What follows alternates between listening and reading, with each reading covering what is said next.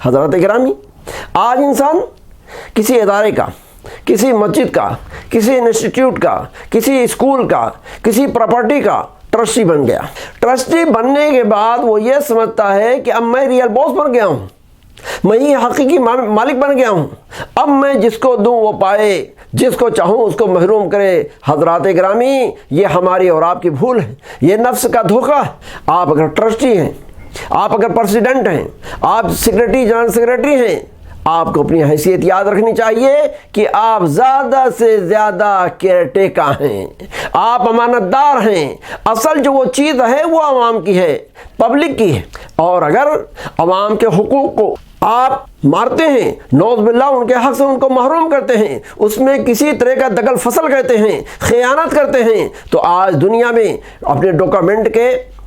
مضبوطی کے بیس پر، اپنی چرب زبانی کے بیس پر، اپنی جو ہے ہوشیاری کے بیس پر، اپنے اثر و رسوخ کے بیس پر آپ جو کچھ چاہیں کر لیں، لیکن ایک دن ایسا آنے والا ہے جس دن پائی پائی کا حساب ہوگا۔ اللہ رب العزت نے ارشاد فرمایا فَمَن يَعْمَلْ مِثْقَالَ ذَرَّةٍ خَيْرًا يَرَهُ وَمَن يَعْمَلْ مِثْقَالَ ذَرَّةٍ شَرًّا يَرَهُ، کہ اس دن جو حساب ہوگا وہ ایٹم کا ہوگا، ذرے کا ہوگا۔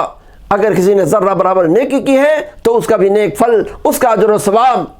اس کو مل کر رہے گا، اور اگر نعوذ باللہ کسی نے ذرہ برابر کسی کا حق مارا ہے، ظلم و زیادتی کیا ہے، خیانت کیا ہے، تو اس کی اس خیانت، اس کے اس جرم، اس کی اس معصیت کا بھی اس دن اس کو عذاب مل کر رہے گا۔ ذرا اس حدیث پر آپ غور کیجئے جو میں نے آپ کے سامنے پیش کیا ہے۔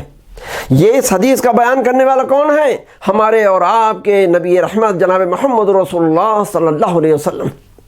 آپ نبی ہیں، رسول ہیں، رحمت للعالمین ہیں، لیکن اپنے متعلق آپ بیان کر رہے ہیں کہ اے لوگو، اگر میں کسی کی چرب زبانی سے،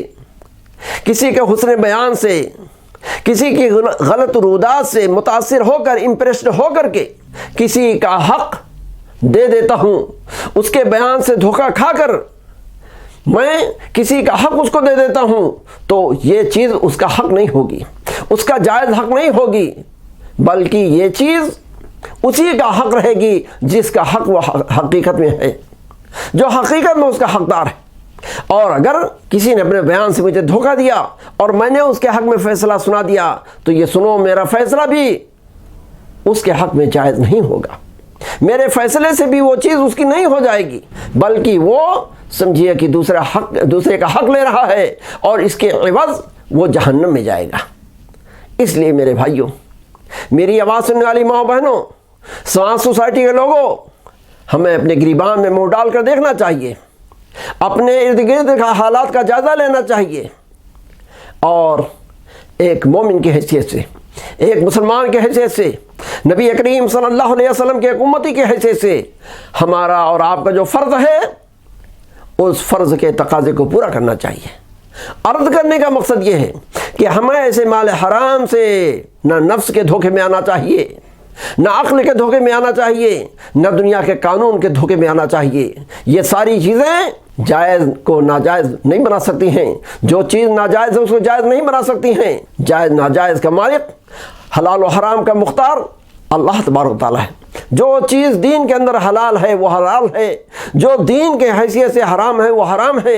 اور جو جس کا حق اللہ رسول صلی اللہ علیہ وسلم کی نظر میں ہے وہی رہے گا۔ دنیا کے قانون کی بیس پر جائز حق کسی دوسرے کا حق نہیں بن سکتا ہے۔ اس لیے ہمیں خود ایسی چال بازیوں سے، دھوکہ بازیوں سے محتاط رہنے کی ضرورت ہے، اور جن تک ہماری رسائی ہو، پہنچ ہو، ہمیں ان کو ہوشیار کرنے کی ضرورت ہے۔